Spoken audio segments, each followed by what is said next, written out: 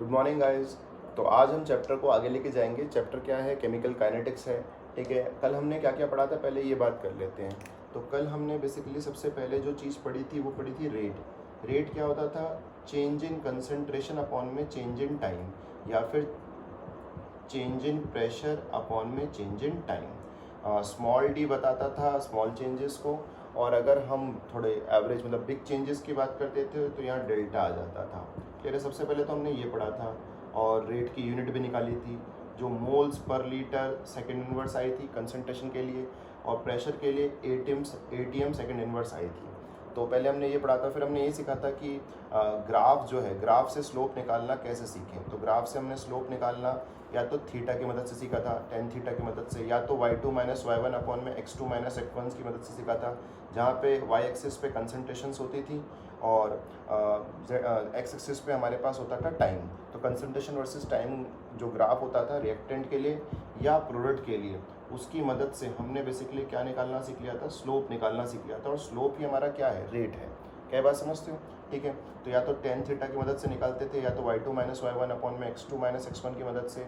यहाँ पे भी सिंपली, और ये सीखा था कि जो कंसंट्रेशन ऑफ रिएक्टेंट के लिए, मतलब रिएक्टेंट के लिए जो स्लोप होता था वो नेगेटिव होता था, और जो प्रोडक्ट होता था उसके लिए जो स्लोप होता था वो पॉजिटिव होता था।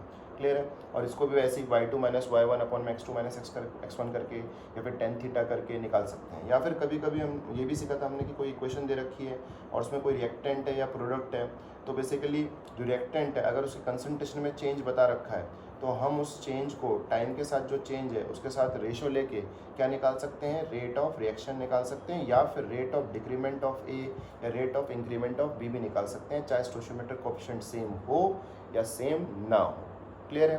तो इसके बारे में हमने कल वाले लेक्चर में पूरा का पूरा डिस्कशन कर लिया था कि अगर स्टोइचियोमेट्रिक कोएफिशिएंट्स 1 होता है, यूनिटी होता है, तो जो रेट ऑफ रिएक्शन आएगी ए के टर्म्स में और जो ए के डिक्रीमेंट की रेट होगी वो दोनों इक्वल होंगी। बट अगर स्टोइचियोमेट्रिक कोएफिशिएंट चेंज हो जाता है रेदर देन यूनिटी, मतलब 2 आ गया, 3 आ गया, कुछ भी, तो जो रेट ऑफ रिएक्शन है और जो ए के डिक्रीमेंट की रेट है वो दोनों अलग अलग हो जाएंगी। क्या बात समझते हो? और जब हम बात करते हैं डिफरेंशियल रेट इक्वेशन की, जो हमने कल पढ़ी थी, जो कुछ इस प्रकार से लिखी जाती थी, जैसे मान लो कोई इक्वेशन है 2a गिव्स अस b, तो dA अपॉन में 2dt और dB अपॉन में dt। ये हमने सीखा था कि जो रेट ऑफ रिएक्शन है जो कि डिफरेंशियल रेट इक्वेशन से लिखी जाती है, उसके अकॉर्डिंग a या b किसी के टर्म्स में भी अगर आप रेट ऑफ रिएक्शन निकालो तो वो आपस में क्या रहती है? इक्वल पर मोल। क्या बात समझते हो? ठीक है, जैसे 2 मोल के लिए dA/dt था तो पर मोल के लिए dA/dt/2 हो गया। माइनस बस ये बताता है कि नेगेटिव स्लोप, और यहाँ पे प्लस ये बताता है कि पॉजिटिव स्लोप। ठीक है, यहाँ माइनस नहीं था, प्लस था क्योंकि प्रोडक्ट है ना। क्या बात समझते हो? ठीक है, ये आपको ध्यान रखने का है। ये सब चीज़ें हमने कल सीखी थी, और ये भी सीखा था कि अगर मान लो कल को हमें रेट ऑफ डिक्रीमेंट ऑफ ए दे दिया तो रेट ऑफ रिएक्शन कैसे निकालना है? उसको 2 से डिवाइड करके। और अगर ये रेट ऑफ रिएक्शन आ गई तो रेट ऑफ रिएक्शन इसके dB/dt के बराबर हो गई। तो dB/dt क्या है? एक तो रेट ऑफ रिएक्शन खुद है, और क्योंकि बी के आगे कोई स्टोइचियोमेट्रिक कोएफिशिएंट नहीं है तो यही rate of increment of B भी है। तो ये भी हमने कल सीखा था। क्लियर है? फिर हमने ये सब के पढ़ने के साथ साथ हमने ये भी पढ़ा था कि कौन कौन से ऐसे फैक्टर्स हैं जिनके ऊपर जो है रेट डिपेंड करती है। और उनमें सबसे पहला फैक्टर जो हमने पढ़ा था वो हमने पढ़ा था कंसंट्रेशन। ठीक है, जो आज के लेक्चर को आगे लेके जाएगा। हमने कल पढ़ा था कि कंसंट्रेशन जो होती है वो बेसिकली इम्पैक्ट डालती है, मतलब वो एक फैक्टर होती है जिसके ऊपर रेट क्या होता है? डिपेंड होता है। It can be proportional, it can be inversely proportional. तो वो बेसिकली हमने इतना ध्यान नहीं दिया था। हमने बस ये बोला था कि हाँ, कंसंट्रेशन अगर बढ़ेगी तो रेट जो है वो वेरी करेगा। ठीक है, अगर रिएक्टेंट की बढ़ी तो प्रोडक्ट जाने की तरफ बढ़ जाएगा, और प्रोडक्ट की बढ़ी तो रिएक्टेंट जाने की तरफ बढ़ जाएगा, अगर कोई रिवर्सिबल रिएक्शन है तो। अगर रिवर्सिबल रिएक्शन ही नहीं है तो सिंपली एक डायरेक्शन में ट्रेवल करेगा, दूसरे में आएगा ही नहीं। ठीक है, तो कल हमने बोला था कि रेट और कंसंट्रेशन का रिलेशन तो है। अब हमको ये जानना है कि रिलेशन है कैसा। क्या बात समझते हो कि कंसंट्रेशन और रेट कैसे जुड़े हुए हैं? तो अब सबसे पहले ये समझते हैं कि चीज़ को आगे कैसे ले जाए, चैप्टर कैसे आगे बढ़ता है। चैप्टर कहता है कि जब प्रैक्टिकल लाइफ में देखा गया, मतलब रियल लाइफ में देखा गया, तो क्या देखा गया? कुछ एग्जांपल्स की मदद से मैं आपको बताता हूँ कि देखा गया कि जैसे कोई इक्वेशन लिखी हुई थी 2N2O5, क्लियर है, gaseous, gives us 4NO2 plus O2 gas gas, जैसे कोई इक्वेशन लिखी हुई है, ठीक है। तो अब उसमें हमने देखा इसको ढंग से, तो हमें देखा कि इसमें जो एरो है वो सिंगल हेडेड है, मतलब कि एक तरफ जा रहा है, तो इसका मतलब ये रिवर्सिबल रिएक्शन नहीं है, ये एक इरिवर्सिबल रिएक्शन है, तो रिएक्टेंट से प्रोबेबिलिटी बनेगा। तो हमने सोचा कि हमारे हिसाब से जो रेट है, मतलब कि जो आगे जाने की जो स्पीड है वो रिएक्टेंट के ऊपर बेस्ड होनी चाहिए, क्योंकि प्रोडक्ट बनने की स्पीड रिएक्टेंट के ऊपर बेस्ड है, ये हमारी कल बात हुई थी। तो हमने कहा कि रेट जो है प्रोपोर्शनल होनी चाहिए N2O5 की, क्लियर है। और फिर हमने देखा कि उसके आगे स्टोशियोमेट्रिक कोएफिशिएंट क्या है, 2, तो हमने कहा इसकी पावर 2 होना चाहिए। अब एक्चुअल में क्या हुआ, ये हमारी एक्सपेक्टेशन थी, एक्चुअल में क्या देखा गया कि यहाँ 2 नहीं था, 1 था। अब हमने कहा भाई ये क्यों आया, तो क्वेश्चन मार्क उठ गया कि रेट जो इक्वेशन लिखी हुई है उसके अकॉर्डिंग स्टोशियोमेट्रिक कोएफिशिएंट 2 था, बट हमारी पावर में स्टोशियोमेट्रिक कोएफिशिएंट नहीं आया, कुछ और ही आ गया। अब हमें कैसे पता चलेगा कि 1 आना था कि 2 आना था कि 3 आना था, क्वेश्चन मार्क। ठीक है, एक और एग्जांपल लेते हैं।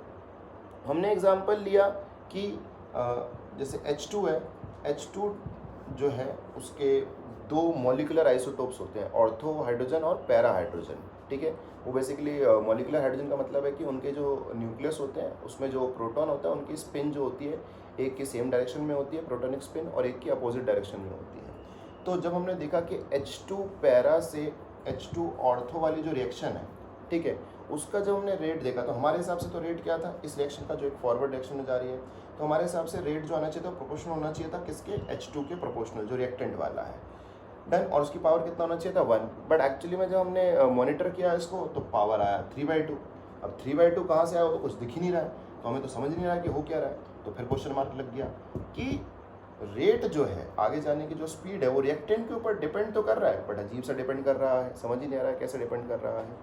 चलो एक और एग्जांपल लेते हैं, ये तो हद ही हो गई जो एग्जांपल अब हम लेने वाले हैं, कि हमने एक रिएक्शन देखी और रिएक्शन क्या थी, H2 + Cl2 gives us 2HCl। अब हमारा दिमाग क्या कहता है कि इसमें जो रेट है वो प्रोपोर्शनल होना चाहिए H2 की कंसंट्रेशन की पावर 1 और Cl2 की कंसंट्रेशन की पावर 1। अच्छा याद रखना, अगर गैसियस है तो कंसंट्रेशन जगह बस प्रेशर आ जाएगा, क्या बात समझते हो। तो अभी हम जनरल केस लेके चल रहे हैं, तो अगर ये क्वेश्चन देखते हैं और हम एक्वस मान के चल रहे हैं तो इस तरीके से लिखेंगे, और अगर हम गैसियस मान के चल रहे हैं तो इस तरीके से लिखेंगे कि जो आगे जाने की रेट है वो basically partial pressure of H2 जो रिएक्टेंट है और पार्शियल प्रेशर ऑफ Cl2 के ऊपर डिपेंडेंट होनी चाहिए अकॉर्डिंग टू अस, क्योंकि यही रिएक्टेंट है। अब रियलिटी, ये तो हमारी एक्सपेक्टेशन है, अब रियलिटी क्या देखी कि rate is directly proportional to partial pressure of H2 की पावर 0 और पार्शियल प्रेशर ऑफ Cl2 की पावर 0, मतलब कि किसी भी चीज़ की पावर 0 क्या होता है, 1, किसी भी चीज़ की पावर 0 क्या होता है, 1, मतलब रेट जो है वो कांस्टेंट है, इनके पार्शियल प्रेशर पे डिपेंडेंट ही है, मतलब जो रेट है इस रिएक्शन का वो रिएक्टेंट के ऊपर डिपेंडेंट नहीं है। अब हमें तो समझ नहीं आ रहा कि हो क्या रहा है, क्वेश्चन है बहुत बड़ा, क्या हो रहा है ये समझ नहीं आ रहा है, क्योंकि कंसंट्रेशन के साथ कभी कभी जो है कंसंट्रेशन या प्रेशर ले लेते हैं, क्योंकि गैसेस है तो प्रेशर आएगा और कंसंट्रेशन है तब जब एक्वस सॉल्यूशन है, तो कभी कभी जो रिएक्शन की स्पीड है आगे जाने वाली वो रिएक्टेंट के ऊपर डिपेंडेंट है, कभी कभी नहीं है। देखो जैसे इसमें हमने सोचा था कि होगी पर नहीं निकली, इसमें जो हमने पहले एग्जांपल्स लिए उसमें है तो सही, बट जैसा हमने सोचा था वैसा बिल्कुल भी नहीं है, और कभी कभी वैसा भी हो जाता है जैसा हम सोचते हैं, मतलब कि जनरली हमने क्या सोचा था कि बहुत सिंपल सा केस होगा कि let us take an example कि NH4NO2 गिव्स अस, आपके पास आ रहा है N2 gas plus water, clear है, और यहाँ पे हम कर देते हैं 2।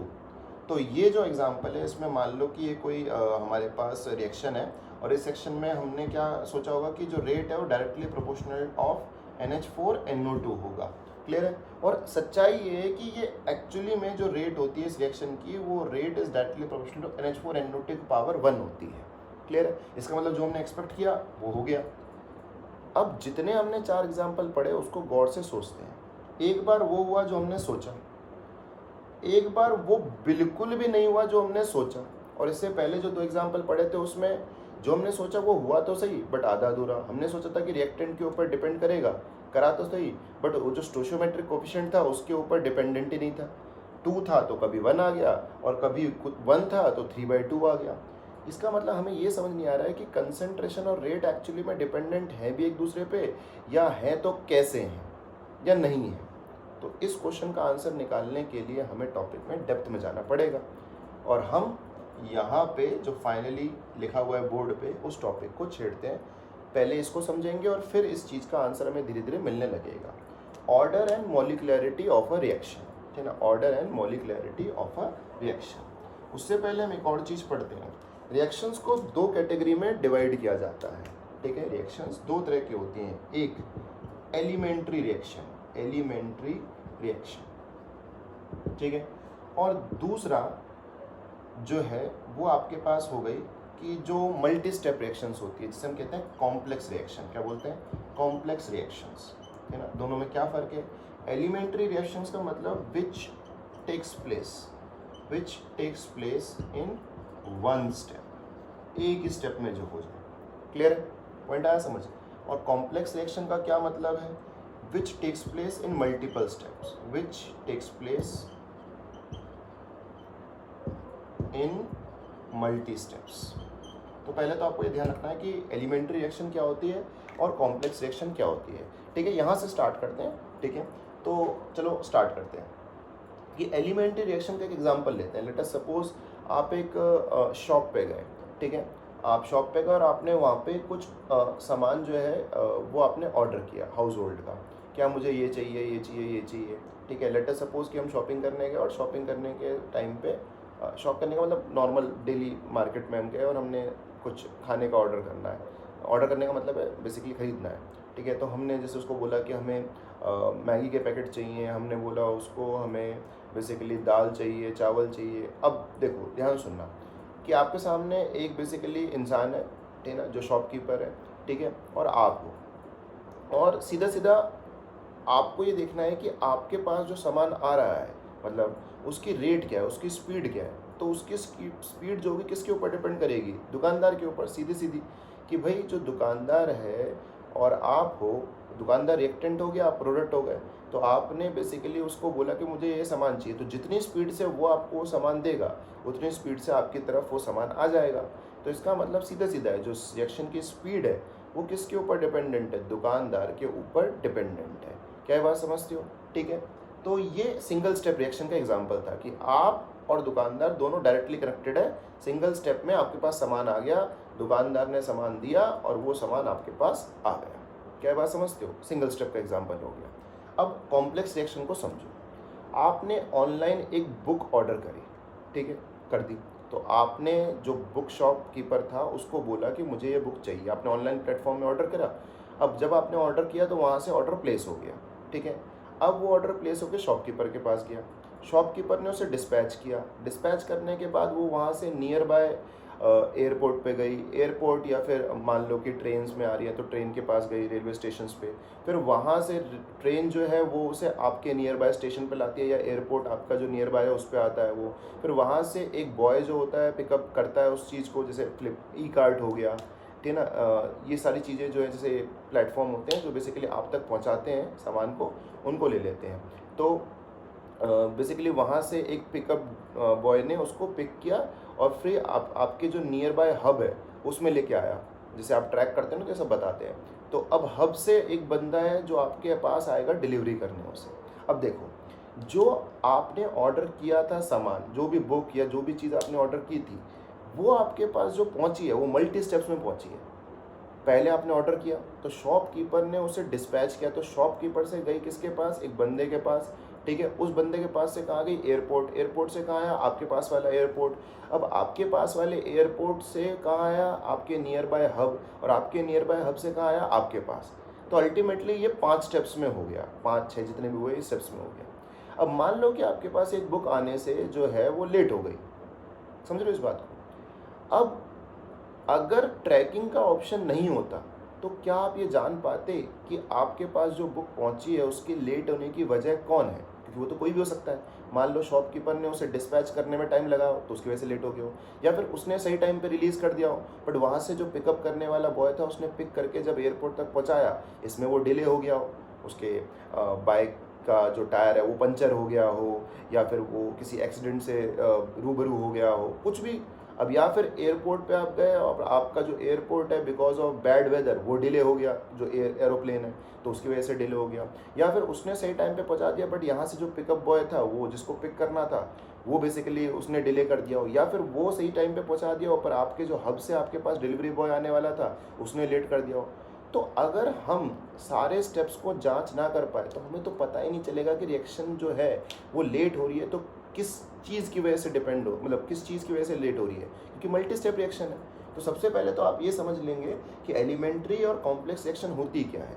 एलिमेंट्री रिएक्शन होती है एक स्टेप में होने वाली। आप दुकान में गए, दुकान वाला और आप दोनों डायरेक्ट कांटेक्ट में हो, और डायरेक्ट कांटेक्ट में क्या है कि उसने आपको सामान दिया, तो मतलब सामान आप तक पहुंचने की जो स्पीड है वो सीधी सीधी एक रिएक्शन, मतलब एक स्टेप पे बेस्ड है कि वो आपको सामान कितनी स्पीड से दे रहा है। ये हो गई एलिमेंट्री रिएक्शन, ठीक है, बहुत ईजी होती है ये।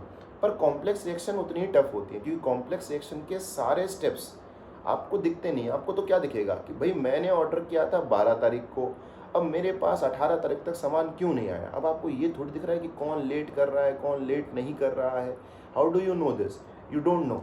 तो इसी वजह से कॉम्प्लेक्स रिएक्शन में आप जो देख रहे हो कि हाँ मुझे तो ये दिखाया कि मैंने इस तारीख को ऑर्डर किया, उसको देख के ये पता ही नहीं चल रहा है कि रिएक्शन जो स्लो हो रही है वो किस बंदे की वजह से या किस स्टेप्स की वजह से स्लो हो रही है। तो ये होती है कॉम्प्लेक्स रिएक्शन जो मल्टी स्टेप्स में होती है। इनको पढ़ना मुश्किल होता है क्योंकि ये बहुत सारे स्टेप्स में होती है और सारे स्टेप्स जो होते हैं वो हमें विजिबल नहीं होता।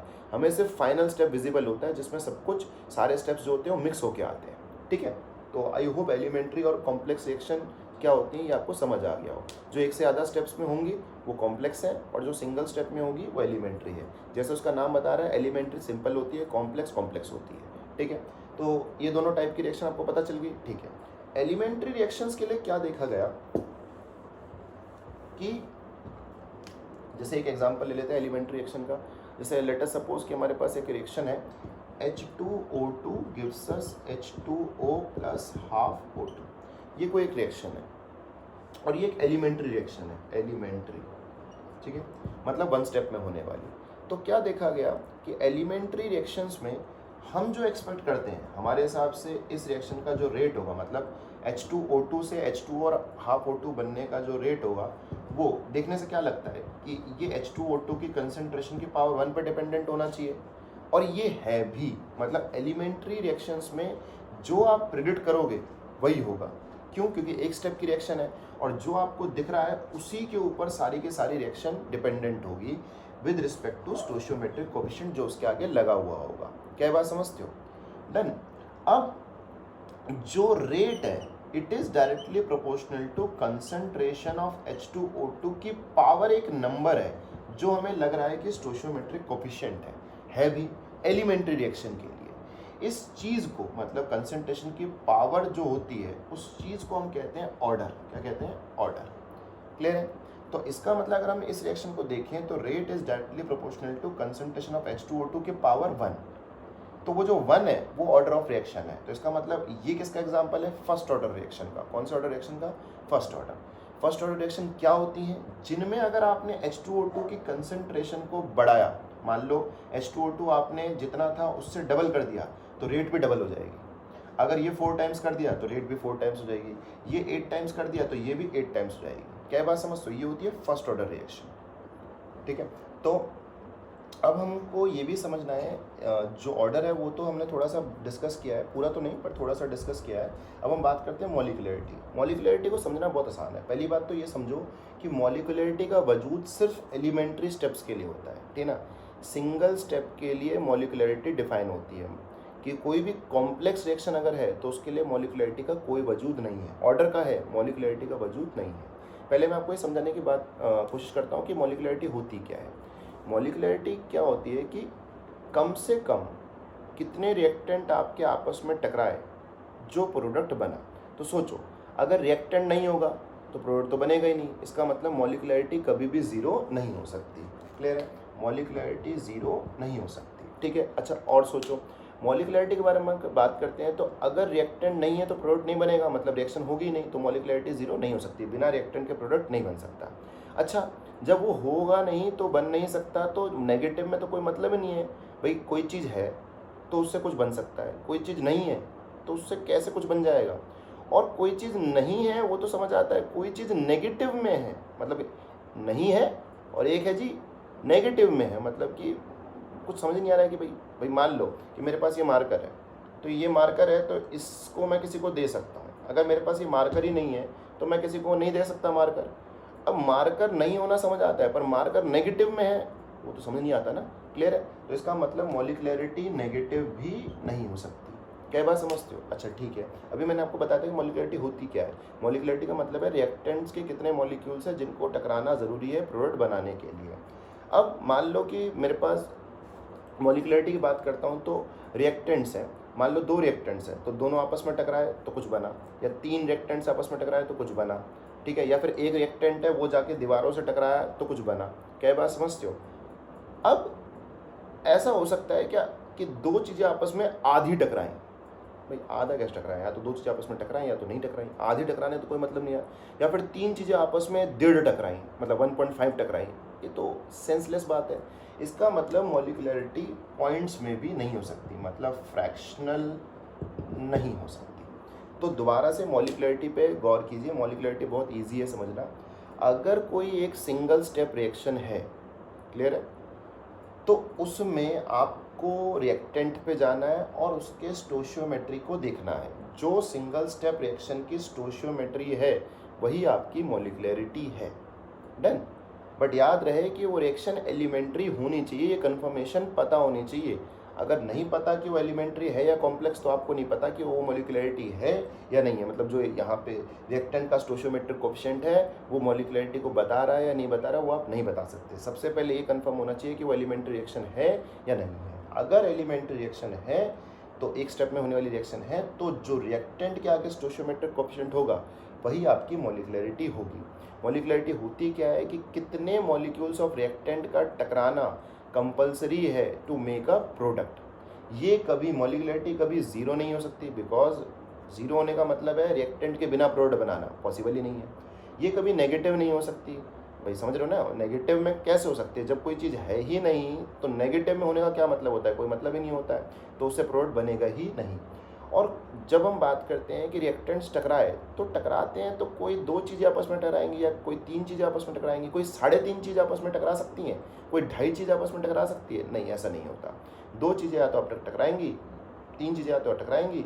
अब 3 चीज़ें आपस में समझ रहे हो ना, 1.5 नहीं टकरा सकती, 2.5 नहीं टकरा सकती, 3 में से 2 टकरा सकते हैं आपस में, एक ना टकराए। बट ऐसा थोड़ी हो सकता है कि 2.5 टकरा गई, 1.5 टकरा गई, आधी टकराई है जी, मैं उससे आधा टकराया हूँ। ये क्या होता है भैया, मैं उससे आधा टकराया हूँ? ऐसा कुछ नहीं होता, ठीक है। तो मॉलिक्युलरिटी जो फ्रैक्शनल भी नहीं होती। तो मॉलिक्युलरिटी समझ आ गया होगा कि कितने रिएक्टेंट्स के मॉलिक्यूल्स का आपस में कोलाइड करना कंपल्सरी है टू प्रोड्यूस प्रोडक्ट्स, ठीक है। और ये सिर्फ किसके लिए डिफाइंड है? एलिमेंट्री स्टेप्स के लिए, मतलब ऐसी रिएक्शंस के लिए जो एक स्टेप में होती है। अगर कोई कॉम्प्लेक्स रिएक्शन है, मतलब जो एक से ज़्यादा स्टेप में हो रही है, तो उसके जितने भी स्टेप्स अलग अलग हैं उन सब स्टेप्स की मॉलिक्युलरिटी अलग अलग आएगी, ठीक है ना। ओवरऑल जो रिएक्शन होगी, जो उन सबको ज्वाइन करके आएगी कॉम्प्लेक्स रिएक्शन, उसकी मॉलिक्युलरिटी का कोई वजूद नहीं है। ये ध्यान रहना चाहिए, ठीक है। आई होप मॉलिक्युलरिटी क्लियर हो गया। चलो, तो अभी हमने एक ऐसा एग्जाम्पल देखा जो फर्स्ट ऑर्डर का था। अब थोड़ा सा हम इसको और चेंज करते हैं, ठीक है। एक और एग्जाम्पल लेते हैं, ठीक है। जैसे अभी हमने थोड़ी देर पहले लिया था H2 + Cl2 gives us 2HCl। ये कोई रिएक्शन लिखी हुई थी, ठीक है। पॉइंट आया समझ? अब ये स्टेप में हम सोच रहे थे कि जो रेट है, मतलब आगे जाने की जो रेट है, HCl बनाने की जो रेट, वो डिपेंडेंट होगी H2 की कंसंट्रेशन या पार्शियल प्रेशर, क्योंकि गैसियस मान लेते हैं। चलो एक केस गैसियस का भी ले लेते हैं, ठीक है। तो रेट जो होगी आगे जाने की वो पार्शियल प्रेशर ऑफ हाइड्रोजन पे और पार्शियल प्रेशर ऑफ क्लोरीन पे डिपेंडेंट होगी। क्लियर है? ये हमारा आइडिया था, क्योंकि हमने तो यही सोचा था कि ये एक एलिमेंट्री स्टेप है। बट रियलिटी में क्या निकला कि जो रेट है वो पार्शियल प्रेशर ऑफ H2 की पावर 0 और पार्शियल प्रेशर ऑफ Cl2 की पावर क्या निकला? 0। अब यहाँ से हम इसको कैसे समझें? सबसे पहले तो हमें ये समझना पड़ेगा कि अगर रेट इनकी पावर पे डिपेंडेंट नहीं है तो इसका मतलब ये एक एलिमेंट्री रिएक्शन नहीं है। क्योंकि अगर ये एलिमेंट्री रिएक्शन होती तो मतलब एक स्टेप में होती, और एक स्टेप में होती तो सीधा सीधा हमें रिएक्टेंट दिख रहा है, तो रिएक्टेंट की पावर क्या आ जाता है? Stoichiometric coefficient. अगर नहीं आ रहा है तो सबसे पहले तो ये कंफर्म होता है कि ये एक एलिमेंट्री स्टेप रिएक्शन नहीं है, मतलब ये मल्टी स्टेप्स में हुई होगी। क्या हुई होगी? मल्टी स्टेप्स में। क्या ये बात समझते हो? Got it? तो ये ध्यान रखने का है, ठीक है। अब जब हम ये देख लेते हैं कि रेट एक्चुअली में डायरेक्टली प्रोपोर्शनल किसके है? पार्शियल प्रेशर ऑफ H2 की पावर 0 और पार्शियल प्रेशर ऑफ Cl2 की पावर 0, तो ये नंबर्स हैं ये कहलाते हैं ऑर्डर। क्या कहलाते हैं? ऑर्डर। तो ये कौन से ऑर्डर की रिएक्शन हुई? ये ऑर्डर की रिएक्शन हुई जीरो। इसके टर्म्स में भी जीरो ऑर्डर है, इसके टर्म्स में भी जीरो है, और ओवरऑल रिएक्शन भी कौन से ऑर्डर की है? 0 + 0 0। तो ऑर्डर जीरो हो सकता है, जैसे कि आपने देख लिया। ऑर्डर जो है वो आपका फ्रैक्शनल भी हो सकता है। एग्जाम्पल अभी थोड़ी देर बाद देखेंगे, हमने एक्चुअली देख लिया है पर मैं भी दोबारा याद दिलाऊंगा। ऑर्डर जो है वो कैसा हो सकता है? पॉजिटिव भी हो सकता है, और ऑर्डर जो है वो आपका नेगेटिव भी हो सकता है, और ऑर्डर जीरो भी हो सकता है। ये रहा जीरो ऑर्डर का एग्जाम्पल। जीरो ऑर्डर रिएक्शन क्या होंगी? जिनमें जो आगे जाने की स्पीड है, मतलब रिएक्टेंट से प्रोडक्ट बनने की जो स्पीड है, वो रिएक्टेंट के मतलब उसकी जो रेट है वो रिएक्टेंट के ऊपर डिपेंडेंट ही ना रहे। क्या बात समझते हो? पॉइंट आया समझ? अब बात करते हैं कि अगर ये जीरो ऑर्डर रिएक्शन है तो क्या इसकी मॉलिक्युलरिटी भी जीरो होगी? सबसे पहली बात, ये एलिमेंट्री रिएक्शन नहीं है, आपको पता चल गया, क्योंकि जो हमने सोचा वो तो हुआ ही नहीं। तो इसका मतलब ये कॉम्प्लेक्स रिएक्शन है। अगर कॉम्प्लेक्स रिएक्शन है तो मॉलिक्युलरिटी का कोई वजूद नहीं है। क्या बात समझते हो? इस पूरी रिएक्शन की मॉलिक्युलरिटी का कोई वजूद नहीं है। हाँ, अगर कोई हमें इसके अंदर के स्टेप्स बता दे कि हाँ पहला स्टेप ये था, दूसरा स्टेप ये था, तो उन दोनों स्टेप्स की अलग अलग क्या निकल जाएगी? मॉलिक्युलरिटी। उन दोनों सिंगल स्टेप्स के जो रिएक्टेंट्स के स्टोइचियोमेट्रिक कोएफिशिएंट होंगे वो आपको क्या बता देंगे? इस स्टेप की अलग मॉलिक्युलरिटी और इस स्टेप की अलग मॉलिक्युलरिटी, और मॉलिक्युलरिटी जीरो नहीं हो सकती, क्योंकि अगर HCl बनाना है तो H2 और Cl2 तो चाहिए ही चाहिए होगा, उसके बिना तो बन ही नहीं सकता। तो इसका मतलब मॉलिक्यूल्स के बिना तो प्रोडक्ट बनेगा नहीं, तो मॉलिक्युलरिटी ज़ीरो नहीं हो सकती। बट हाँ, ये ज़रूर हो सकता है कि आपके जो रिएक्टेंट है उसके ऊपर रिएक्शन की स्पीड डिपेंडेंट ना हो। क्या ना हो? स्पीड डिपेंडेंट ना हो। पॉइंट आता है समझ? क्लियर है? डन? क्लियर है? तो चलते हैं आगे। तो हमने एक जीरो ऑर्डर का एग्जांपल भी पढ़ लिया। अब हम आपको एक और ऑर्डर ले चलता हूँ। जैसे हमने फर्स्ट ऑर्डर पढ़ लिया, जीरो ऑर्डर पढ़ लिया, अब हम चलते हैं आगे और एक फ्रैक्शनल ऑर्डर का एग्जांपल देखते हैं। तो अभी थोड़ी देर पहले हमने देखा था कि H2 पैरा से H2 ऑर्थो बनाया था किसी ने। तो अब इसको देख के क्या लगता है? सीधी सीधी अगर ये एक एलिमेंट्री रिएक्शन सपोज करें, लेट अस सपोज, तो हमारे हिसाब से तो क्या होना चाहिए था कि रेट जो है, मतलब आगे जाने की जो रेट है, पैरा से ऑर्थो बनने की जो रेट है, वो प्रोपोर्शनल होनी चाहिए कंसंट्रेशन ऑफ H2, कौन से वाला? पैरा वाला की पावर 1। ये हमारी एक्सपेक्टेशन थी, जबकि रियलिटी में क्या निकला? 3/2। क्या बात समझते हो? क्या निकला? 3/2। तो सबसे पहले तो जो हमारी एक्सपेक्टेशन थी, अगर वो पूरी नहीं हुई है तो इससे ये पता चलता है कि जी ये जो है ये एक एलिमेंट्री रिएक्शन नहीं है। तो कौन सी रिएक्शन है? कॉम्प्लेक्स रिएक्शन है। कौन सी रिएक्शन है? Complex reaction. और कॉम्प्लेक्स रिएक्शन के लिए मॉलिक्युलरिटी का वजूद नहीं होता है। क्या बात समझते हो? कॉम्प्लेक्स रिएक्शन के लिए मॉलिक्युलरिटी का वजूद नहीं होता है। हाँ, अगर कोई हमें बता दे कि इसके अलग अलग स्टेप्स जिससे मिलकर ये बनी है वो क्या है, तो उन सारे अलग अलग स्टेप्स की इंडिविजुअल क्या निकल जाएगी? मॉलिक्युलरिटी। क्या बात समझते हो? ठीक है।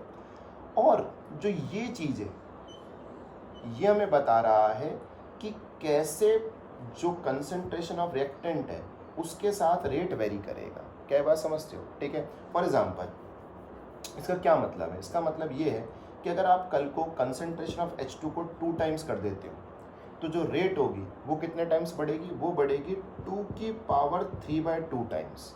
इसका मतलब जो रेट होगी वो हो जाएगी 2 इंटू में 1 इंटू में 2 इंटू में हाफ, क्योंकि 1 मतलब दो चीज़ें जब बेस सेम होता है तो पावर क्या होती है? आपकी ऐड होती हैं जब वो मल्टीप्लाई में होते हैं। तो इसका मतलब जो रेट है वो 2√2 टाइम्स बढ़ी अगर आपने कंसंट्रेशन ऑफ रिएक्टेंट को क्या कर दिया? डबल कर दिया। क्या ये बात समझ आती है? पॉइंट आ रहा है समझ? तो ऑर्डर आपको क्या बताता है कि कैसे रिएक्टेंट की कंसंट्रेशन को वेरी करने पे जो रेट है वो वेरी होगी। तो यहाँ हमने देखा कि अगर हम कंसंट्रेशन ऑफ H2 को क्या करते हैं? डबल, तो जो रेट होती है वो जितना आपने किया है, मतलब जैसे डबल किया है, तो डबल की पावर कितने टाइम्स बढ़ती है? 3/2। तो 2 की पावर 3/2 का क्या मतलब होता है? 2 की पावर 1 इंटू में 2 की पावर हाफ। तो 2 की पावर 1 तो 2 हो गया, और 2 की पावर हाफ का मतलब √2। तो इसका मतलब अगर आपने रिएक्टेंट की कंसंट्रेशन को डबल किया तो जो आपकी रेट ऑफ रिएक्शन है वो 2√2 टाइम्स बढ़ जाएगी। तो obviously this is not what we are thinking. हम जो सोच रहे थे वो तो है ही नहीं है, तो कुछ और ही है। तो इसका मतलब जहाँ हम जो सोचते हैं वो नहीं होता है, तो वो कौन सी रिएक्शंस होती है? कॉम्प्लेक्स रिएक्शन होती है, जो एक से ज़्यादा स्टेप्स में हुई होंगी। पर खतरनाक बात तो ये है कि इस रिएक्शन को देख के वो जो स्टेप्स हैं वो तो दिखते हैं ही नहीं, वो तो छुपे हुए हैं। क्या बात समझते हो? तो इससे क्या पता चला, जो भी हमने एग्जाम्पल्स लिए उससे क्या पता चला? उससे ये पता चला कि अगर कोई एलिमेंट्री स्टेप रिएक्शन है, मतलब जो एक स्टेप में हो रही हो, तो आप उसका ऑर्डर भी बता सकते हैं और मॉलिक्युलैरिटी भी। क्या बता सकते हैं? ऑर्डर भी और मॉलिक्युलैरिटी भी। ठीक है, जैसे let us take an example one again, NH4NO2 gives us N2 plus 2H2O। हमें बताया गया कि ये एक एलिमेंट्री रिएक्शन है, एलिमेंट्री स्टेप रिएक्शन। क्या बात समझते हो? डन। हमने कहा अभी चेक कर लेते हैं। तो हमने पहले प्रेडिक्शन लगाई, हमारे हिसाब से अगर ये एलिमेंट्री स्टेप रिएक्शन है तो रेट प्रोपोर्शनल टू NH4NO2 जो रिएक्टेंट है उसकी कंसंट्रेशन की पावर 1 होना चाहिए था। ये हमारे हिसाब से होना चाहिए था, और जो रियलिटी थी वो भी यही थी। इसका मतलब रियलिटी और एक्सपेक्टेशन मैच कर गई। तो इसका मतलब जो हम सोच रहे हैं वही है कि ये एक सिंगल स्टेप रिएक्शन है। कैसी रिएक्शन है? Single step reaction. तो सिंगल स्टेप रिएक्शन अगर है तो फिर तो मॉलिक्युलरिटी भी डिफाइन कर सकते हैं। तो सिंगल स्टेप रिएक्शन के लिए मॉलिक्युलरिटी कैसे बताते हैं? बहुत सिंपल। आपके पास जो स्टेप है उसके रिएक्टेंट के पास जाओ, रिएक्टेंट के आगे जो स्टोइचियोमेट्रिक कोएफिशिएंट है उसको देखो कितना है स्टोइचियोमेट्रिक कोएफिशिएंट 1। जब कुछ नहीं होता तो 1 होता है ना। तो इसका मतलब इस स्टेप की मॉलिक्युलरिटी कितनी है? 1। और जो आपने देखा कि rate is directly proportional to NH4NO2 की पावर 1, ये जो पावर में होता है ये क्या होता है? ऑर्डर होता है। क्या होता है? ऑर्डर। तो हमने देखा कि जो ऑर्डर है वो कितना आ गया आपका? 1 आ गया। क्या बात समझते हो? ठीक है, तो ऑर्डर भी 1 आ गया और मॉलिक्युलरिटी भी 1 आ गई। किसके लिए? सिंगल स्टेप रिएक्शन के लिए, जिसको हम क्या कहते हैं? Elementary reaction. तो इसका मतलब अगर कोई एलिमेंट्री रिएक्शन है तो उसके जो ऑर्डर है और उसकी जो मॉलिक्युलरिटी है वो क्या आती है? सेम आती है। क्या आती है? सेम। Got it? क्या बात समझते हो? पक्का? ठीक है जी।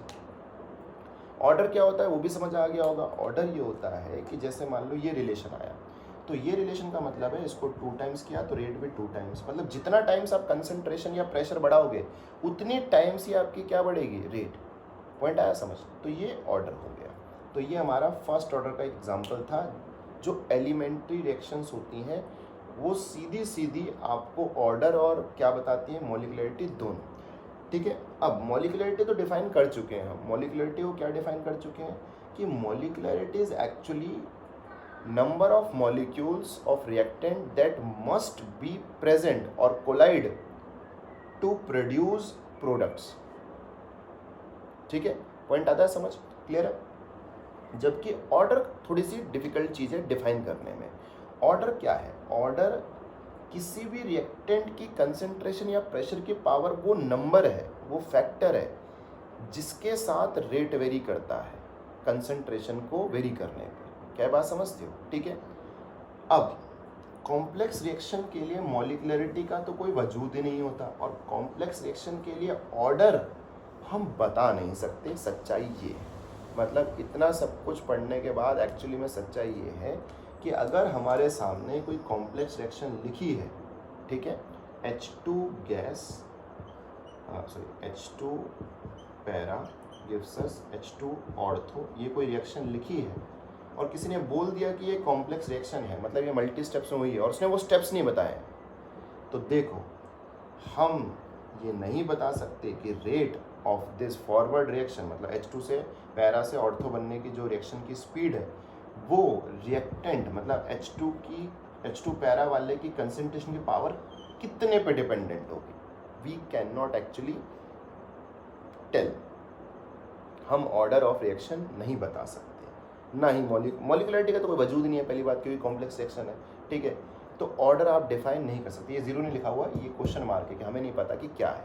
क्या बात समझते हो? तो इसका मतलब सीधी सीधी एक बात कर लेते हैं, अगर एक कॉम्प्लेक्स रिएक्शन है, मतलब एक रिएक्शन लिखी हुई है और उसके बारे में आपको कुछ नहीं पता कि एलिमेंट्री है या कॉम्प्लेक्स है, कुछ पता ही नहीं है, तो आप rate is directly proportional to concentration of reactant या प्रेशर ऑफ रिएक्टेंट की पावर क्या आने वाला है उसको बता ही नहीं सकते, और वो नहीं बता सकते तो इसका मतलब ऑर्डर नहीं बता सकते। क्या बात समझते हो?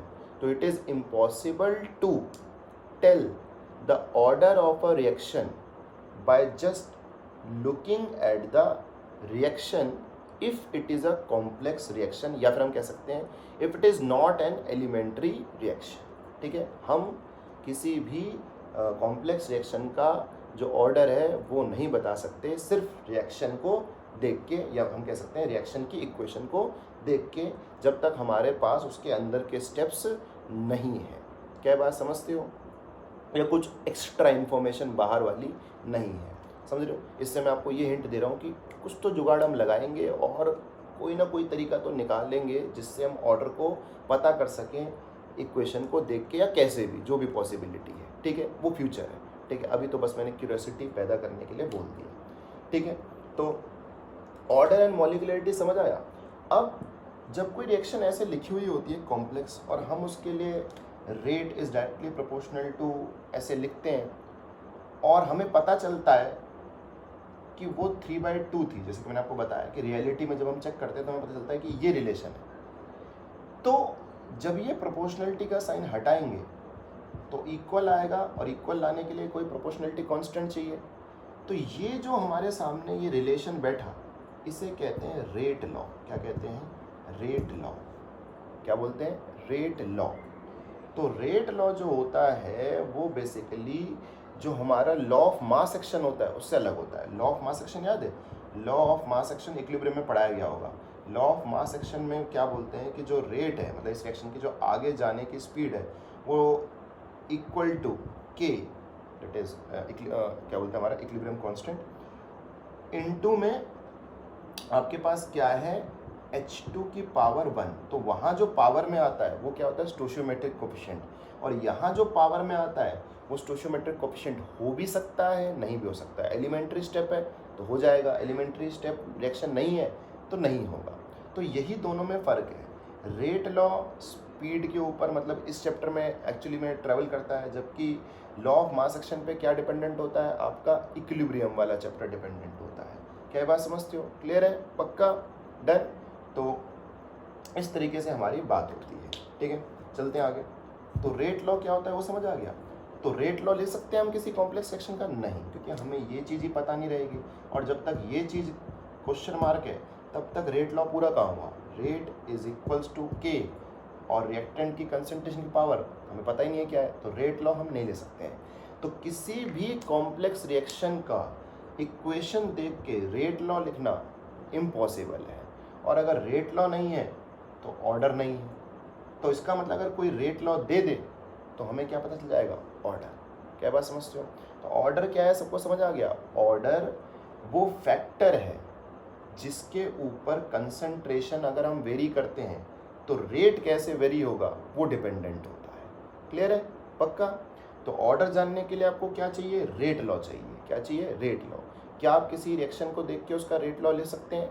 एक शर्त पे, अगर कोई आपको पहले ही आके बता दे कि वो क्या है, elementary step reaction. Otherwise sorry, जो आप लिख रहे हैं वो सही हो सकता है, नहीं हो सकता है, कुछ भी हो सकता है। We are not confirmed about it, क्योंकि हमें यही नहीं पता होगा कि वो एलिमेंट्री स्टेप रिएक्शन है या कॉम्प्लेक्स रिएक्शन है। पॉइंट आ रहा है समझ? ठीक है, तो इसका मतलब सीधी सीधी लास्ट बात क्या हुई कि किसी भी रिएक्शन का रेट लॉ लिखना पॉसिबल नहीं है हमारे लिए, अगर हमारे पास इन्फॉर्मेशन नहीं है कि वो मल्टी स्टेप रिएक्शन है या एलिमेंट्री रिएक्शन है। Got it? क्लियर है? और रेट लॉ में जो कंसंट्रेशन की पावर वाला फैक्टर आता है वो क्या होता है? वो होता है ऑर्डर। क्या होता है? ऑर्डर। क्लियर है? पॉइंट आया समझ? ठीक है, गॉट इट। तो चलो थोड़े से और एग्जांपल से ऑर्डर और मॉलिक्यूलरिटी को और भी ज़्यादा अच्छे से समझते हैं। ठीक है, तो अब एक और एग्जांपल लेते हैं। Let us take an example. 2O3 gives us 3O2, मतलब ओजोन से ऑक्सीजन बनाने वाला जो प्रोसेस है, इसके बारे में बात करते हैं। ये भी गैसियस है, ये भी गैसियस है। सबसे पहले हम क्या सोचते हैं?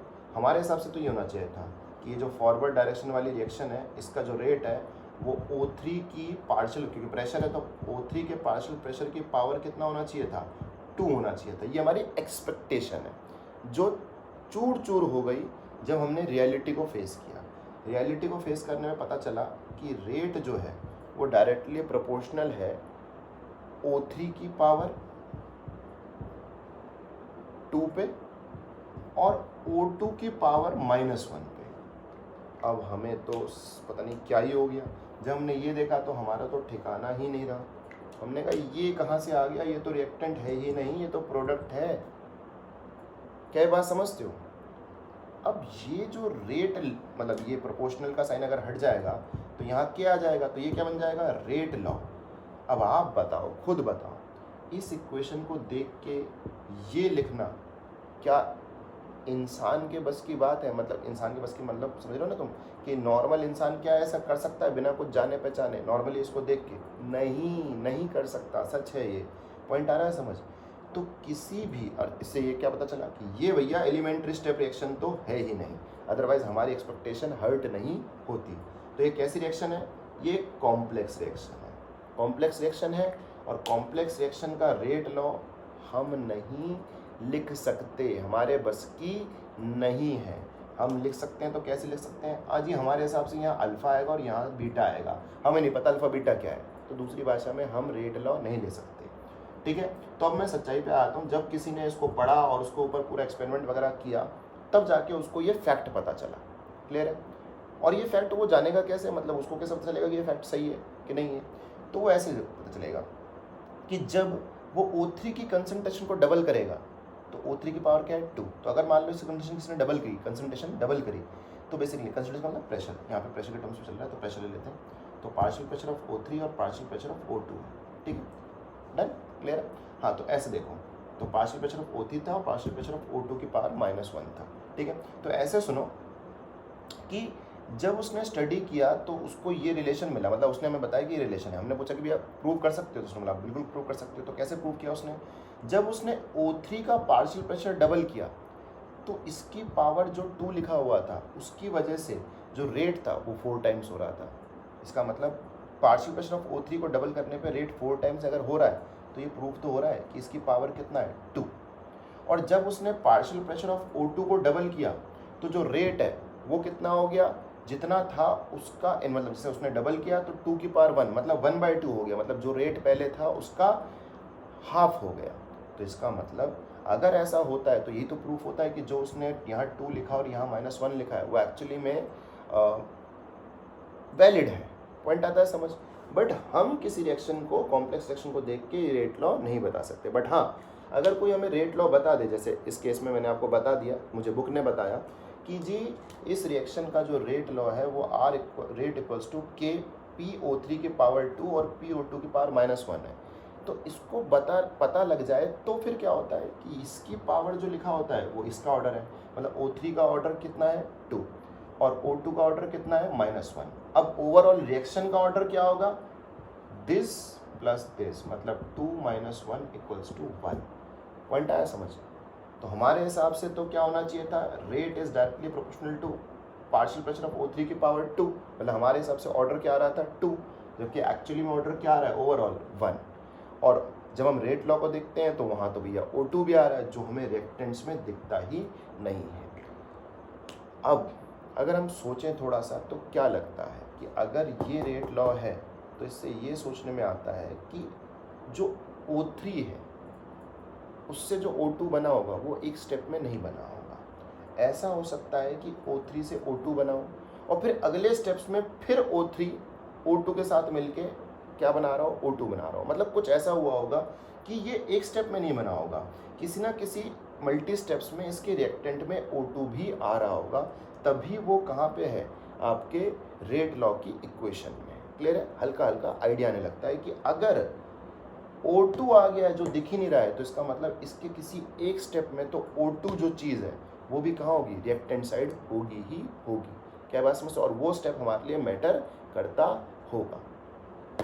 तो आज के लेक्चर में बेसिकली हमने ऑर्डर और मॉलिक्युलरिटी के ऊपर फोकस किया है। हमें ऑर्डर क्या होता है, किसी रिएक्शन का ऑर्डर हम कैसे बताएं, ये निकालना नहीं आया है। समझ रहे हो इस बात को? हमें बस ये पता चला है कि हम उसे नहीं बता सकते एक रिएक्शन को सिर्फ देख के। अगर वो कॉम्प्लेक्स है, एलिमेंट्री है तो बता सकते हैं, एलिमेंट्री नहीं है तो बता नहीं सकते। और हमें मॉलिक्युलरिटी का मतलब बिल्कुल ढंग से समझ आ गया। मॉलिक्युलरिटी सबसे पहली बात सिंगल स्टेप रिएक्शन के लिए क्या होती है, डिपेंडेंट, मतलब डिफाइन होती है। और सिंगल स्टेप रिएक्शन में कितने रिएक्टेंट के मॉलिक्यूल्स का आपस में टकराना कंपलसरी है या टकराना कंपलसरी है with surrounding to produce products, वही मॉलिकुलैरिटी है।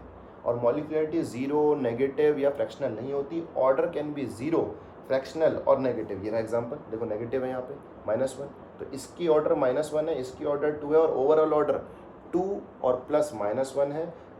2 और प्लस -1 बोले तो ओवरऑल कितना आ गया 1।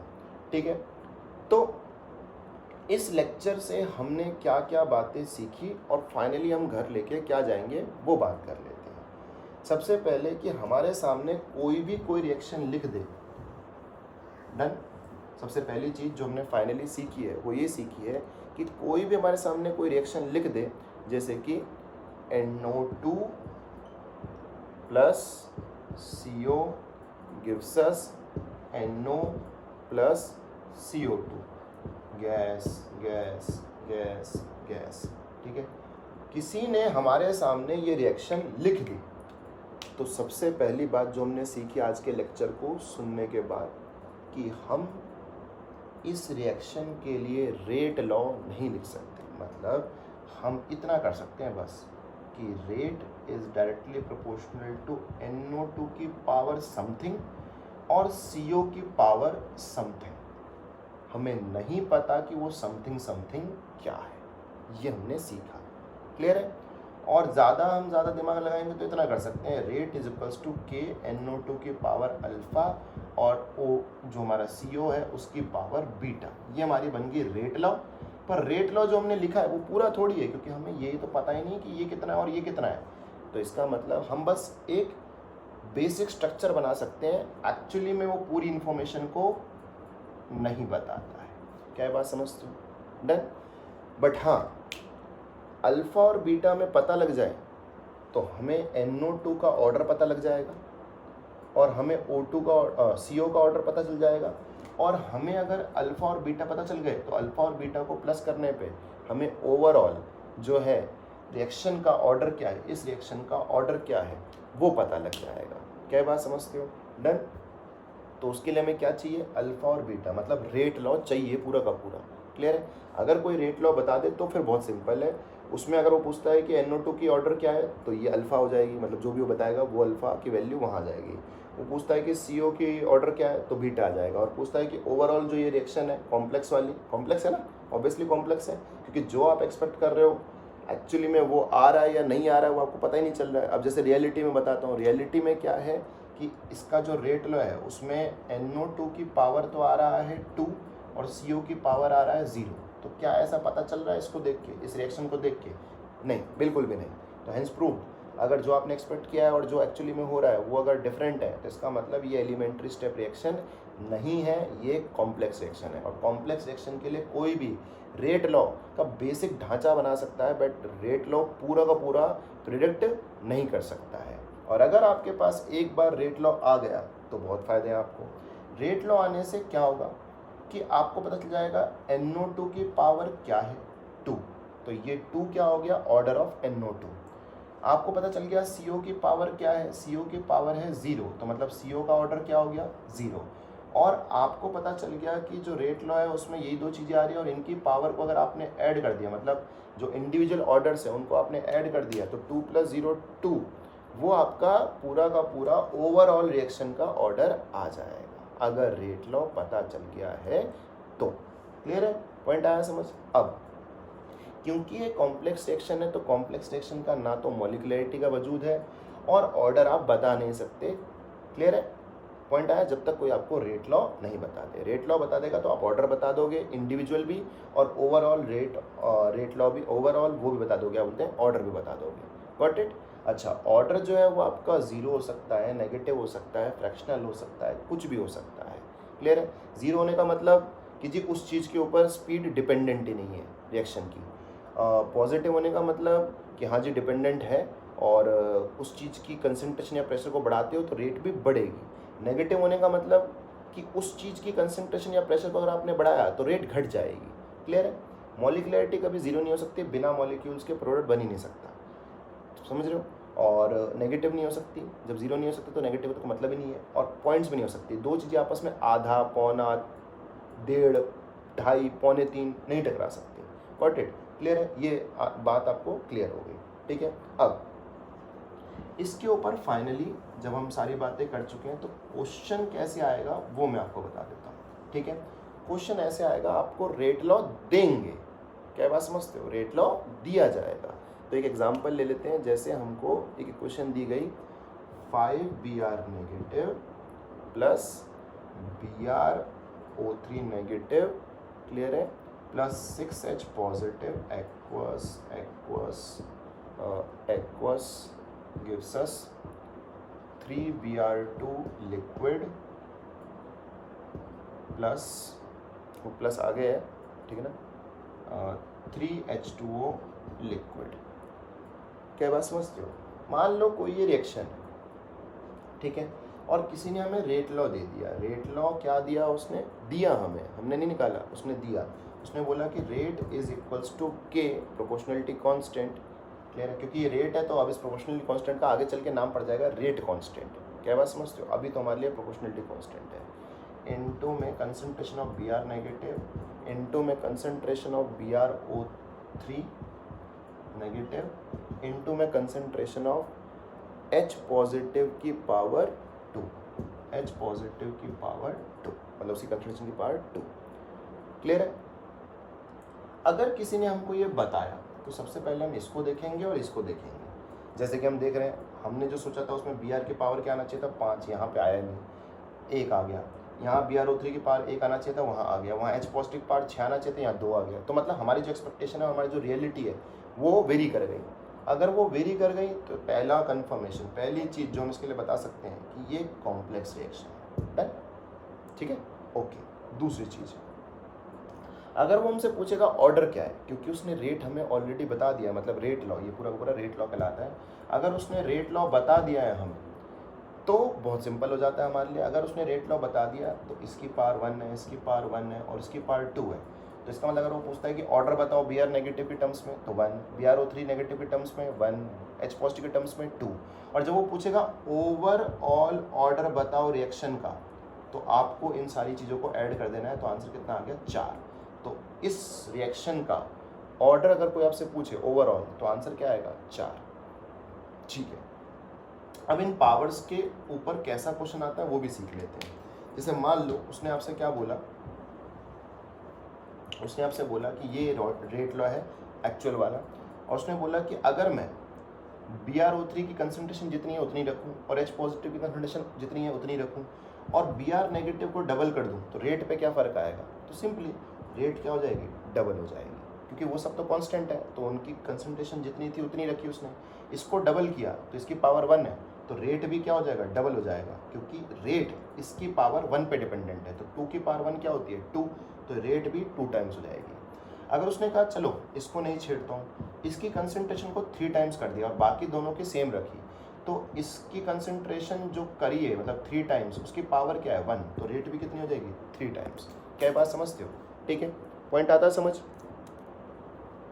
अब अगला पार्ट देखते हैं। अगर मान लो उसने हमसे बोला होता कि जो H पॉजिटिव है उसकी कंसंट्रेशन वो 2 टाइम्स बढ़ा देता, तो फिर रेट कितने टाइम्स होती? यहाँ पे 2 टाइम्स बढ़ाया तो 2 टाइम्स की पावर कितना है? 2, तो 2 की पावर 2 मतलब 4 टाइम्स बढ़ जाती। क्या बात समझते हो? और अगर क्वेश्चन में ये बोला होता कि उसने इसकी कंसंट्रेशन को भी डबल कर दिया, इसको भी डबल कर दिया और इसको भी डबल कर दिया, अब बताओ रेट कितने टाइम्स बढ़ी? तो इसकी कंसंट्रेशन को डबल करने का मतलब है 2 की पावर 1 मतलब 2 टाइम्स, इसकी पावर कंसंट्रेशन को डबल करने का मतलब 2 की पावर 1 2 टाइम्स, और इसकी कंसंट्रेशन को डबल करने का मतलब 2 की पावर 2 मतलब 4 टाइम्स, और इन तीनों को साथ में बढ़ा दिया तो 2 2 2 2 इंटू 2 4 4 इंटू में 4 16 टाइम्स रेट बढ़ जाती ओवरऑल। इस तरीके से क्वेश्चन आता है। पॉइंट आया समझ?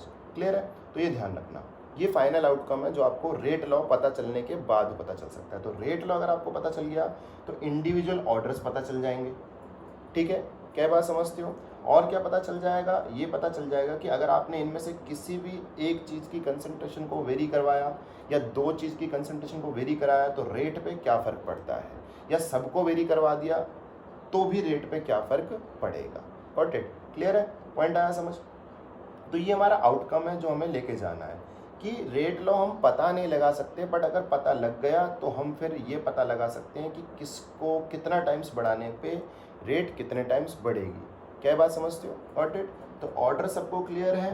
ये रहे ऑर्डर्स। ऑर्डर्स वो फैक्टर्स होते हैं जिनकी फैक्टर से रेट वेरी करता है कंसंट्रेशन को वेरी कराने पे या फिर प्रेशर को वेरी कराने पे। मॉलिक्युलरिटी क्लियर हो चुकी है कि कितने मॉलिक्यूल्स रिएक्टेंट के आपस में कोलाइड होने ही चाहिए या कोलाइड करने ही चाहिए टू प्रोड्यूस प्रोडक्ट्स, ठीक है। और वो जीरो नेगेटिव या फ्रैक्शनल नहीं हो सकती, ऑर्डर जीरो नेगेटिव और फ्रैक्शनल हो सकता है। एलिमेंट्री स्टेप्स क्या होते हैं रिएक्शंस, वो पता चल गया जो एक स्टेप्स में होते हैं, और उसके लिए हमारी एक्सपेक्टेशन और रियलिटी दोनों क्या जाती है, सेम आती है। मतलब जो हम रेट एक्सपेक्ट कर रहे होते हैं, मतलब हम उसका रेट लॉ एक्चुअली में प्रेडिक्ट कर सकते हैं, ठीक है, डन।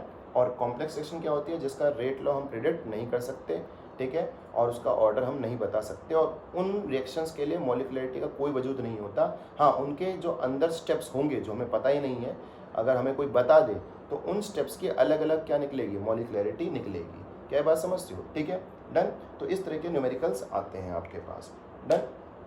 और ये थोड़ा सा हमने बात करा था कि जो हमने लॉ ऑफ मास एक्शन लिया था और जो रेट लॉ लिया था उसके बारे में भी हमने बात करी थी कि जैसे मान लो कोई भी इक्वेशन है 2a + 3b gives us 4c। जो लॉ ऑफ मास एक्शन है वो क्या बात करता है, वो ये कहता है कि जो आगे जाने की स्पीड है, मतलब रिएक्टेंट से प्रोडक्ट जाने की स्पीड है, बोले तो rate of forward is directly proportional to concentration of reactant raise to the power, concentration मतलब एक्टिव मास होता है एक्चुअली में, पर हाँ कंसंट्रेशन ले सकते हो नॉर्मल टर्म्स के लिए। तो rate of forward reaction is directly proportional to concentration of A की पावर स्टोशियोमेट्रिक कोफिशिएंट इनटू में कंसंट्रेशन ऑफ बी की पावर स्टोशियोमेट्रिक कोफिशिएंट। जबकि जो हमारा रेट लॉ है वो क्या कहता है कि rate of forward reaction is directly proportional to concentration of A की पावर अल्फा और बी की पावर बीटा। और ये अल्फा और बीटा, ये जो चीज़ लिखी हुई है ये हो भी सकते हैं अगर ये एलिमेंट्री स्टेप रिएक्शन है, और नहीं भी हो सकते अगर ये कैसी है, कॉम्प्लेक्स रिएक्शन है। कैसी है? Complex reaction. पॉइंट आता है समझ? तो यहाँ ये दोनों चैप्टर्स जो होते हैं वो अलग हो जाते हैं। यहाँ से ये चला जाता है इक्विलिब्रियम के अंदर, और यहाँ से ये आ जाता है किसके अंदर, काइनेटिक्स के अंदर। Got it? क्लियर है? तो आज मैं फाइनली एक और क्वेश्चन करवा के फिर साइन ऑफ करता हूँ, ठीक है। एक और क्वेश्चन कर लेते हैं जैसा हमारे पास आता है। एक और, लेट अस सपोज कि हमारे पास कोई एक रिएक्शन है, और ये वाली ले लेते हैं चलो, कि NO2 + CO gives us NO + CO2। किसी ने ये गैस बोला हुआ, तो किसी ने बोला कि इसकी जो रेट है वो मैं आपको बताना चाह रहा हूँ। तो हमने कहा बताओ। तो उसने बताया कि rate is equals to K NO2 की पावर 2 और CO की पावर 0, ठीक है। अभी हमने थोड़ी देर पहले भी एग्जांपल लिया था, ठीक है, पर हम उसका पूरा ब्रीफली डिस्क्राइब कर रहे हैं। अच्छा, एक बात और कि एक्चुअली वो गैसेस बताएंगे तो आपको यहाँ पे कंसंट्रेशन जगह पार्शियल प्रेशर कर देना है, ठीक है। तो पार्शियल प्रेशर ऑफ NO2 की पावर 2 और पार्शियल प्रेशर ऑफ CO की पावर 0, ठीक है, डन हो गया। अब चलते हैं आगे। सबसे पहले ये पता लगेगा कि ये कॉम्प्लेक्स रिएक्शन है या एलिमेंट्री। तो जैसे कि हमने देखा हमारी एक्सपेक्टेशन क्या थी, इसकी पावर 1 है, इसकी पावर 1 है, जो है नहीं, तो इसका मतलब ये कैसी रिएक्शन है, कॉम्प्लेक्स रिएक्शन है। चलो ठीक है। उसके बाद वो पूछेगा कि इसके लिए मॉलिक्युलरिटी का क्या मतलब, हम कहेंगे कोई मतलब नहीं है, molecularity has no meaning, molecularity has no meaning इस रिएक्शन के लिए जो कॉम्प्लेक्स रिएक्शन है। अच्छा, और क्या पता चलेगा, वो पूछेगा कि अच्छा ठीक है बताओ इस रिएक्शन का NO2 का ऊपर ऑर्डर क्या है, मतलब इस रिएक्शन की ऑर्डर NO2 के रिस्पेक्ट में क्या है। तो आप बोल दोगे 2, क्योंकि रेट लॉ में पार्शियल प्रेशर ऑफ NO2 की पावर 2 है, जो कि साइंटिफिकली आपको डिटरमाइन करके बताई गई है, ठीक है ना। ये हमें इस साइंटिस्ट ने पूरा का पूरा एक्सपेरिमेंट वगैरह करके बताया गया है, ठीक है। तो इसीलिए हम उस पर भरोसा करके ये मान रहे हैं, ये रेट लॉ गिवन है। तो NO2 की पावर 2 आ गया, और उसने पूछा कि CO के ऊपर रेट कैसे डिपेंडेंट है, कितने ऑर्डर पर डिपेंडेंट है, तो हम कहेंगे 0। CO के ऊपर रेट जो है, मतलब रिएक्शन की जो स्पीड है आगे जाने की, वो CO की पार्शियल प्रेशर पे डिपेंडेंट ही नहीं है, या कंसंट्रेशन पे डिपेंडेंट ही नहीं है। क्या बात समझते हो? Got it? तो ये आपको ध्यान रखने का है। चलो, और क्या पूछ सकता है, ये पूछ सकता है कि अगर उसने पार्शियल प्रेशर ऑफ NO2 को 2 टाइम्स कर दिया तो रेट कितने टाइम्स बढ़ेगी, तो आप कहोगे इसको 2 टाइम्स करने का मतलब है 2 की पावर 2 4 टाइम्स। क्लियर। और वो कहेगा कि चलो ठीक है, एक काम करते हैं, इसको सेम रखा, इसको 2 टाइम्स कर दिया, तो कितना टाइम्स रेट बढ़ेगा। आप कहोगे 2 की पावर 0 क्या होता है, 1 होता है, तो इसका मतलब नहीं बढ़ी, जितनी थी उतनी रहेगी। इसका मतलब इसको आप डबल कर लो, ट्रिपल कर लो, पता नहीं कितने टाइम्स भी कर लो, उसकी पावर 0 आएगा, और किसी भी चीज़ की पावर क्या रहेगी 0 1। तो इसका मतलब रेट इसके पार्शियल प्रेशर पे डिपेंडेंट ही नहीं कर रही, मतलब इसके साथ वेरी नहीं करेगी, तो वो हमेशा रेट जितनी थी उतनी रहेगी, कांस्टेंट रहेगी, इसकी कंसंट्रेशन या इसकी प्रेशर पे डिपेंडेंट नहीं रहेगी। क्या बात समझते हो। फिर वो पूछेगा कि overall order of the reaction क्या है, तो 2 + 0 2, तो ओवरऑल ऑर्डर ऑफ रिएक्शन कितना है, 2 + 0 2 है। क्या बात समझते हो, गॉट इट। ये सारी वो इन्फॉर्मेशन है जो न्यूमेरिकली वो आपसे करवा सकता है। हाँ, ऐसा क्वेश्चन भी आ सकता है कि इसको भी 2 टाइम्स कर दिया और इसको भी 2 टाइम्स कर दिया, पूछा रेट कितना टाइम्स बढ़ेगी, भाई इसको तो कितना भी टाइम्स कर दो, पावर 0 है तो कोई फर्क नहीं पड़ेगा। क्लियर है। और इसका अगर 2 टाइम्स किया तो 4 हो गया, तो 4 इंटू में 1 कितना हो जाएगा 4 टाइम्स। तो इसका मतलब इसको डबल ट्रिपल कुछ भी करवा लो, अगर इसको आपने डबल कराया तो 4 टाइम्स, इसको ट्रिपल कराया तो 9 टाइम्स, इसको मान लो कि आपने 4 टाइम्स बढ़ाया तो 4 की पावर 2 16 टाइम्स, और वो हमेशा 1 देता रहेगा क्योंकि किसी भी चीज़ की पावर 0 क्या होगी 1, तो 1 मल्टीप्लाई होकर आंसर आता रहेगा। क्लियर है। तो ये आपका आज का पूरा लेक्चर था। लेक्चर में हमने ऑर्डर एंड मॉलिक्युलरिटी के बारे में बात करी, एलिमेंट्री और कॉम्प्लेक्स रिएक्शन के बारे में बात करी। लेक्चर इनिशियल पॉइंट पर जब स्टार्ट होगा तो बिल्कुल कन्फ्यूजिंग सा होगा, ऑब्वियसली वो कन्फ्यूजन हमने क्रिएट किया, और फिर एंड आते आते आपको पता चल जाएगा कि भैया कि कुछ ऐसी चीज़ है जो अभी भी पेंडिंग है, पता ही नहीं चल सकती है, कुछ ऐसा पॉइंट आके रुक जाएगा, और फिर अगर कोई हमें वो बता दे तो उससे इन्फॉर्मेशन जो है हम क्या क्या निकाल सकते हैं वो आपको पता लग गया। तो elementary steps, complex steps, reaction क्या होती है ये पता चल गया, और क्या बोलते हैं मॉलिक्युलरिटी क्या होता है, ऑर्डर क्या होता है ये आपको पता चल गया। ओवरऑल ऑर्डर कैसे निकालते हैं, अगर रेट लॉ बता दे, मतलब रेट लॉ अगर बता दे तो उससे क्या क्या पता चल जाता है किसी कॉम्प्लेक्स रिएक्शन के बारे में, वो आपको पता चल गया। अब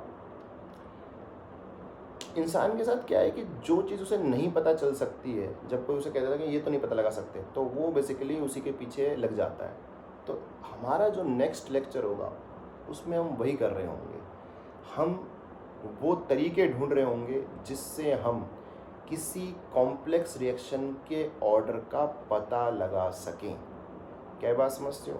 तो नेक्स्ट लेक्चर में हम क्या पढ़ने वाले हैं कि how to get to know about the order of a complex reaction. क्या बात समझते हो, कैसे, the mystery continues. Okay, bye bye.